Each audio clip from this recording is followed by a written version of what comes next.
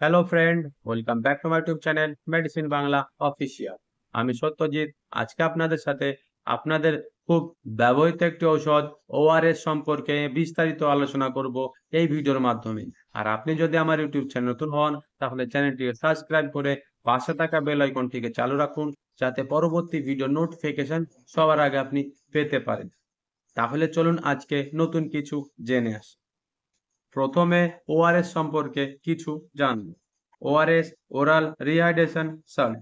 এই ওআরএস এর মধ্যে যে উপাদানগুলি রয়েছে সেগুলি হলো সোডিয়াম ক্লোরাইড 2.6 গ্রাম, পটাশিয়াম ক্লোরাইড 1.5 গ্রাম, সোডিয়াম সাইট্রেট 2.9 গ্রাম, ডেক্সট্রোজ 13.5 গ্রাম।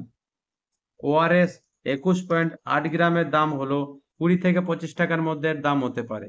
আপনি আপনার আশেপাশের যে কোনো মেডিকেল স্টোরে এই ওআরএস পেয়ে যাবেন। তাহলে চলুন জেনে আসি যে এই ওআরএস এর ব্যবহার কি কি, অর্থাৎ কি কি সমস্যাতে আপনি ওআরএস ব্যবহার করতে পারবেন।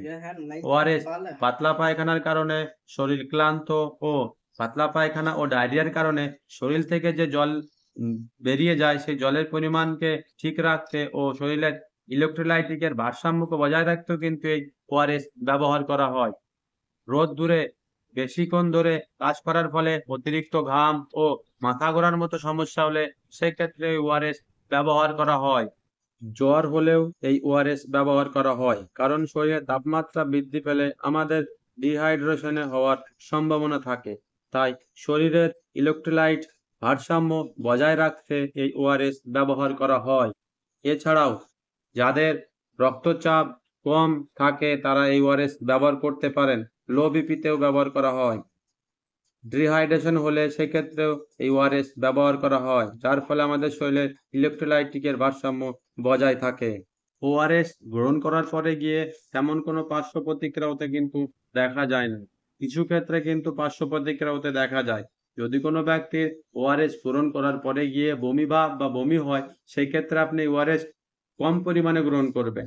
তারপরে গিয়েও যদি আপনার এই বমি ভাব বা বমি হওয়া গুরুতর সমস্যা বা দেখা দিচ্ছে, সেক্ষেত্রে কিন্তু আপনি ওআরএস গ্রহণ করা বন্ধ করবেন এবং চিকিৎসকের পরামর্শ নেবেন। ওআরএস আপনি কিভাবে গ্রহণ করবেন?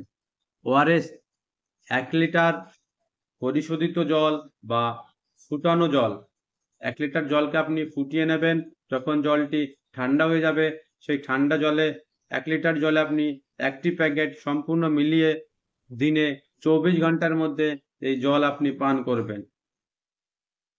বাচ্চাদের ক্ষেত্রে 1 থেকে 2 বছরের বাচ্চাদের ওআরএস মিলিত 1 লিটার জল থেকে 1.5 কাপ জল নিয়ে সেই জল আপনি বাচ্চাদের পান করাতে পারেন। আর যে সকল বাচ্চার বয়স 2 থেকে 10 বছর তাদের আপনি ওআরএস মিলিত 1 লিটার জল থেকে 1 গ্লাস জল নিয়ে তাদের পান করাতে পারেন। বাচ্চাদের এই ওআরএস মিলিত জল আপনি তখনই পান করাবেন যখন বাচ্চাদের পাতলা পায়খানা, বমি এই সমস্যা হচ্ছে, সেই ক্ষেত্রে কিন্তু আপনি ওআরএস জল পান করাবেন। এছাড়াও ডিহাইড্রেশনের মতো যদি কোনো লক্ষণ দেখা দেয়, সেক্ষেত্রে কিন্তু আপনি এই বাচ্চাদের ওআরএস মিলিত জল পান করাতে পারেন।